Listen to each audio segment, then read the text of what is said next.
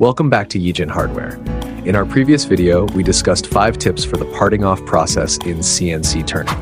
In this episode, we'll talk about 5 factors that cause vibrations in CNC turning. Vibrations during the turning process not only severely degrade the surface quality, but also shorten the lifespan of the machine and the tools. Therefore, it is necessary to take measures to reduce or eliminate vibrations. 1. Tool principal cutting angle. The principal cutting angle of the tool should be as close to 90 degrees as possible.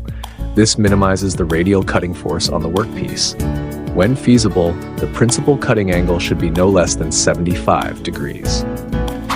2. Tool nose radius. A larger tool nose radius increases the risk of vibration.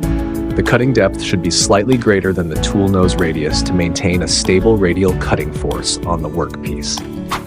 3. Positive rake angle. Using a positive rake angle can reduce vibration because it generates lower cutting forces compared to tools with a negative rake angle. 4. Tool overhang length.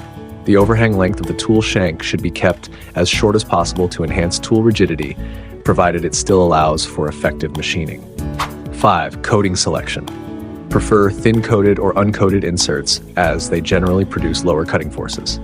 PVD coatings are thinner than CVD coatings, resulting in sharper and tougher cutting edges, which helps reduce vibration. Have you learned these methods to reduce vibration? Subscribe to our channel to easily learn CNC knowledge and make a little progress every day.